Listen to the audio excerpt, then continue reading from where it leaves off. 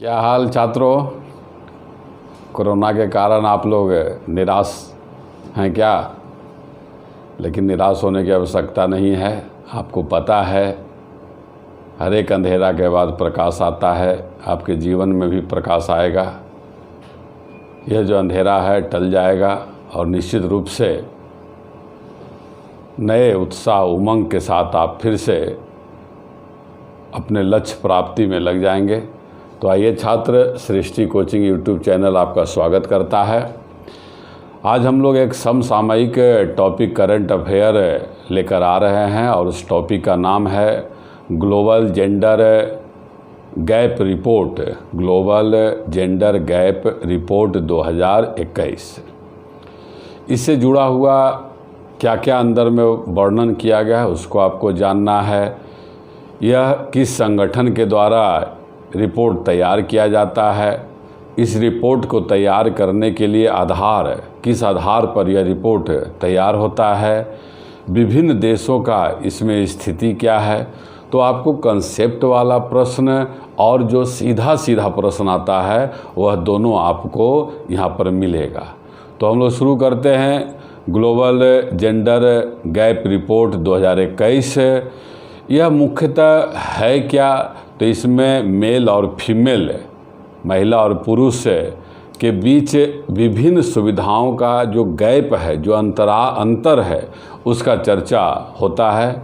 सीधा प्रश्न है आपको याद करना कि इस रिपोर्ट को तैयार कौन संगठन के द्वारा किया जाता है। तो यह तैयार करता है वर्ल्ड इकोनॉमिक फोरम के द्वारा जो है तैयार किया जाता है। इसमें कितने देश को शामिल किया गया है? तो 156 देश का स्थिति का आकलन किया गया है और वह 4 तत्व जिसके आधार पर इस रिपोर्ट को तैयार किया गया, वह 4 तत्व आपको ध्यान रखना है। वह 4 तत्व में कौन है? पहला है आर्थिक भागीदारी और अवसर। आर्थिक भागीदारी और अवसर। दूसरा है शैक्षिक योग्यता और तीसरा है स्वास्थ्य एवं उत्तरजीविता और चौथा है राजनीतिक सशक्तिकरण। इन्हीं चारों आधार पर महिलाओं और पुरुषों का जो स्थिति है विश्व में उसका आकलन किया गया है और उसमें रिपोर्ट तैयार किया गया। जैसे आपको पता है 156 देश को इसमें शामिल किया गया है। जैसे आपको कुछ उदाहरण से भी आपको बताते हैं। अब जैसे राजनीतिक सशक्तिकरण है, तो राजनीतिक सशक्तिकरण में अभी भी महिलाओं का स्थिति पुरुषों के तुलना में काफ़ी कमज़ोर है। काफ़ी आरक्षण देने के बाद भी विभिन्न राजनीतिक पदों पर वह उपस्थिति नहीं हो पा रहा है जो होना चाहिए था। अब यहाँ पर दक्षिण एशिया में एक बांग्लादेश है। बांग्लादेश का स्थिति क्या है? वहाँ पर पुरुषों से अधिक महिला प्रधानमंत्री बनी हैं। पुरुष से महिला प्रधानमंत्री बनी हैं।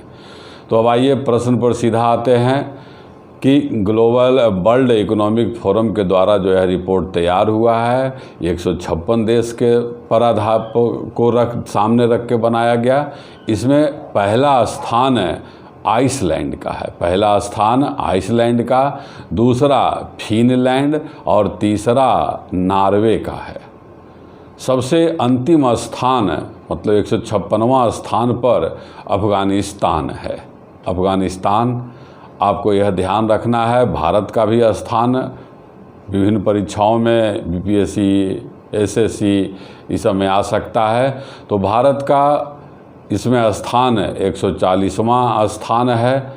और आश्चर्य यह जानकर होगा कि 2020 ईस्वी में भारत का स्थान 112वां था। यह भी याद रखना है। पिछला भी स्थिति का जानकारी परीक्षा में लिया जाता है। मतलब कि 2020 के तुलना में 2021 में भारत को 28 स्थानों का नुकसान हुआ है।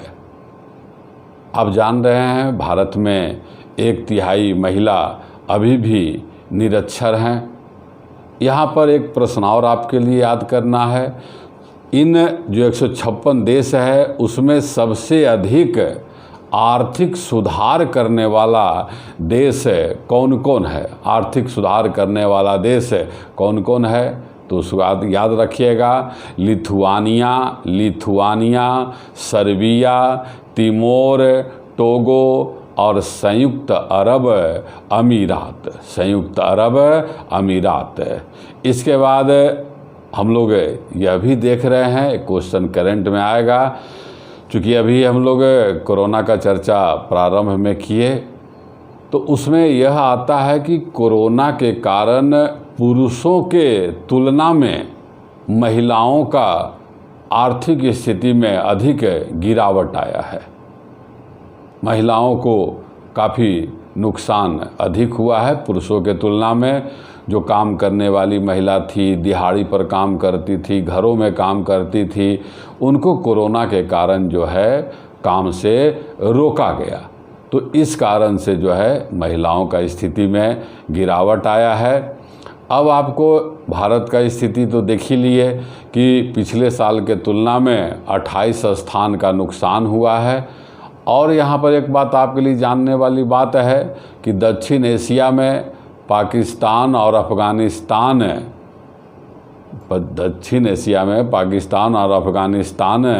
से जो है भारत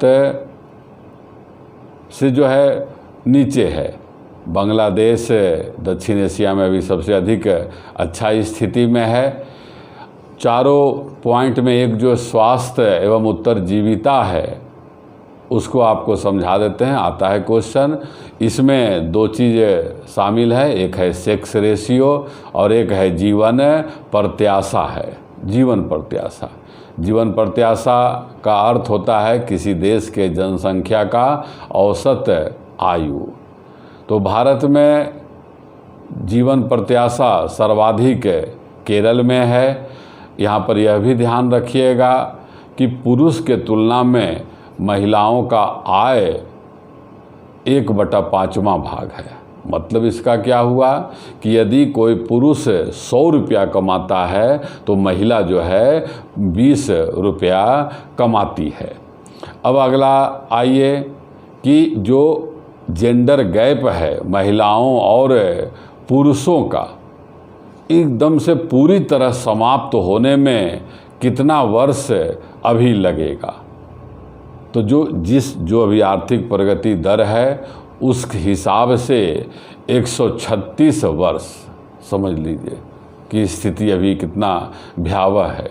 136 वर्ष लगेगा। आपने जो देखा फटाफट क्वेश्चन याद कर लीजिए। ग्लोबल जेंडर गैप रिपोर्ट तैयार कौन करता है? तो वर्ल्ड इकोनॉमिक फोरम। इसमें कितने देश को शामिल किया गया है? 156 देश को शामिल किया गया है। पहला स्थान, दूसरा और तीसरा पर कौन है? तो क्रमशः आइसलैंड, फिनलैंड और नॉर्वे। सबसे अंतिम स्थान पर कौन है? अफ़गानिस्तान है। भारत का स्थान 2020 में क्या था? 112वां, और 2021 में क्या हो गया? 140वां स्थान हो गया। अर्थात भारत को कितने सीटों का नुकसान हुआ? तो भारत को जो है 28 स्थान का, सीट नहीं सॉरी, स्थान का नुकसान हुआ। दक्षिण एशिया में हम लोग केवल पाकिस्तान और अफ़गानिस्तान से ही अच्छा स्थिति है। हम लोग से ज़्यादा अच्छा स्थिति बांग्लादेश का है, और बांग्लादेश में पुरुष प्रधानमंत्री के तुलना में महिला प्रधानमंत्री अधिक हुआ है। यह जो गैप है इसको समाप्त करने में अभी कितना वर्ष लगेगा? तो 136 वर्ष लगेगा। यदि हमारा यह यूट्यूब चैनल आपको अच्छा लगता है तो आप इसे ज़रूर सब्सक्राइब करें, लाइक करें, कमेंट करें, और एक सुझाव आप भी दें। आप तमाम पढ़े लिखे लोग हैं और विभिन्न प्रतियोगी परीक्षाओं में जाना चाहते हैं, इंटरव्यू वाला भी आप परीक्षा देते हैं, तो आपसे भी एक सुझाव ज़रूर हम चाहते हैं कि महिलाओं की स्थिति में और बेहतर सुधार कैसे हो सके, ये आप सुझाव दें। इन्हीं बातों के साथ मैं आपसे विदा लेता हूँ। अच्छा लगे तो ज़रूर शेयर करेंगे। धन्यवाद।